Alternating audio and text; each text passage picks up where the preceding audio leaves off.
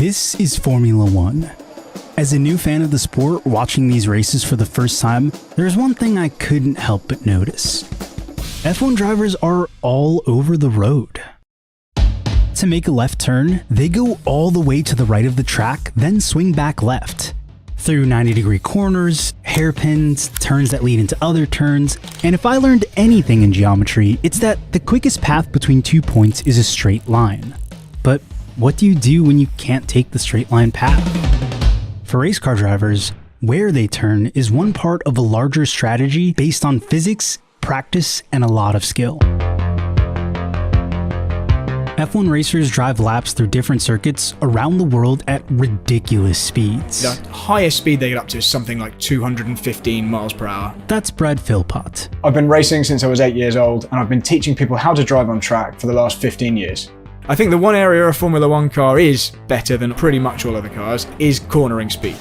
This is important because unlike other big motorsports like NASCAR, which require drivers to travel in mostly a symmetrical oval, F1 circuits contain every kind of corner you can think of, and racers want to get through those corners fast. The racing line is purely and simply the fastest way through a corner, or a set of corners. If you had unlimited grip, and the car wasn't just going to roll over, you would always hug the inside. You would always go the shortest possible distance. But the fact is that the more your steering wheel is turned, the less speed your tyres can cope with. Hugging the inside track means you'd have to slow down pretty severely to avoid losing grip and sliding out.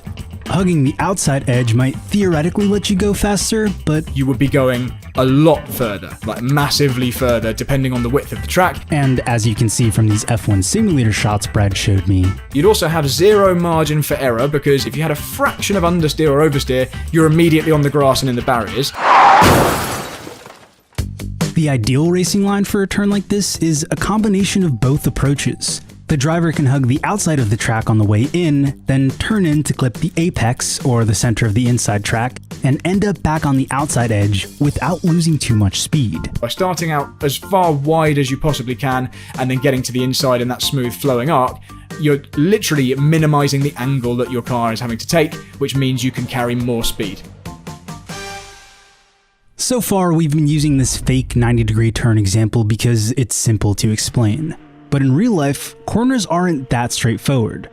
The closest real-world example is Stowe on Silverstone in the UK. But Stowe isn't really like that normal, typical 90-degree corner. It is a bit longer. You reach the apex of Stowe and you're there for a little while, at least a few tenths of a second, if not a second or so. So you still feel like you're kind of hugging the inside for a while. But you are definitely taking pretty much that typical line we spoke about. You can see that in this clip from the 2022 Grand Prix. Carlos Sainz leads the pack and takes this nearly textbook ideal racing line. But most corners are a little more complicated. A corner does not exist in isolation, so the racing line you take for a particular corner is almost always a compromise. Take this set of corners from that same Silverstone circuit. Brooklands is the super tight one, and it goes straight into Luffield. You're at the end of a very long, fast straight. You then end up in a sweeping left-hander where it gets tighter all the way around, and it's then followed by a really long right-hander. So, judging by what we've been discussing so far, you'd probably say that you need to compromise your exit a little bit in the left-hander, so you wouldn't go all the way wide. However, in this example, you do almost the counterintuitive thing based on what we've already been learning. Luffield, which is the second corner, the right-hander, is a very, very long right-hander, well over 180 degrees. It nullifies most of the benefit you would get from going wide and then cutting back towards it. It's not an apex that you kiss, like in our 90-degree right-hander example. You meet the inside and you have to stay there. By trying to compromise the initial left-hander, you're actually just wasting time, you're wasting distance. And this is why this is such a complicated thing and it doesn't have an easy answer. You can see all drivers having a slightly different approach to this particular set of corners in this clip from the 2022 Grand Prix.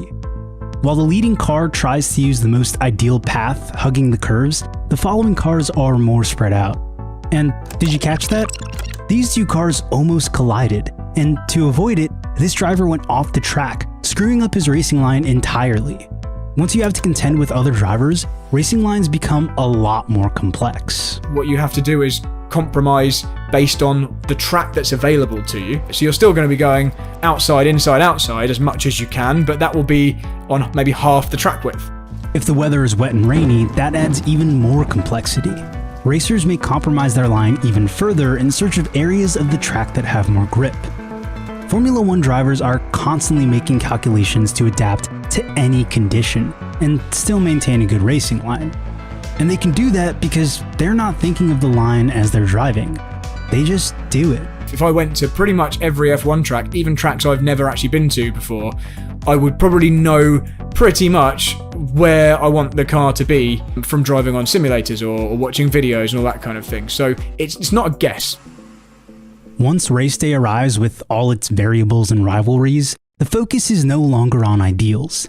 It's on the strategic compromises a racer is willing to make to get ahead of the competition. That's really what separates drivers. You've got various inputs that you're making as a driver: throttle input, braking, steering, changing gear, communicating with the pits, conversing with your engineers, strategy. But the biggest one of all of those is the steering. It is the line you're taking.